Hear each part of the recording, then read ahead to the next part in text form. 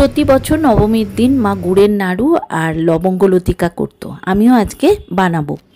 2 cup দুধ, পাটালি গুড় আর 2 কাপ নারকোল দিয়েছি, 2টো এলাচ, 2 চামচ আমুল মিল্ক পাউডার দিলাম। আর নাড়তে নাড়তে ঘন হয়ে এলে খুব সামান্য একটুখানি চালের গুঁড়ো দেব, যাতে পুরটা ভালোভাবে আটিয়ে যায় আর নাড়ু করতে সুবিধে হয়।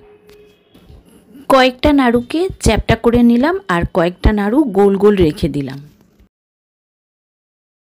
আলাদা পাত্রে 2 কাপ ময়দা, 1 কাপ সুজি, নুন আর সামান্য চিনি দেব, তোমাদের পছন্দ মতো তোমরা দিয়ে নেবে।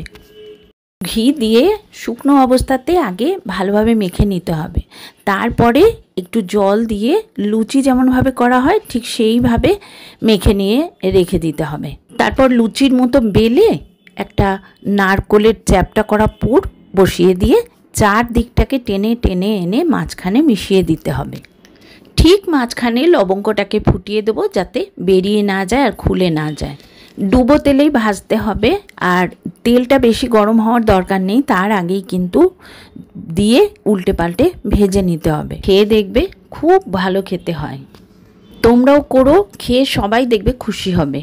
আর আমাকে যদি জানাও কেমন হয়েছে তাহলে আমার খুব ভালো লাগবে, আর লাইক করলে তো আরোই ভালো লাগবে। সাবস্ক্রাইবও করো।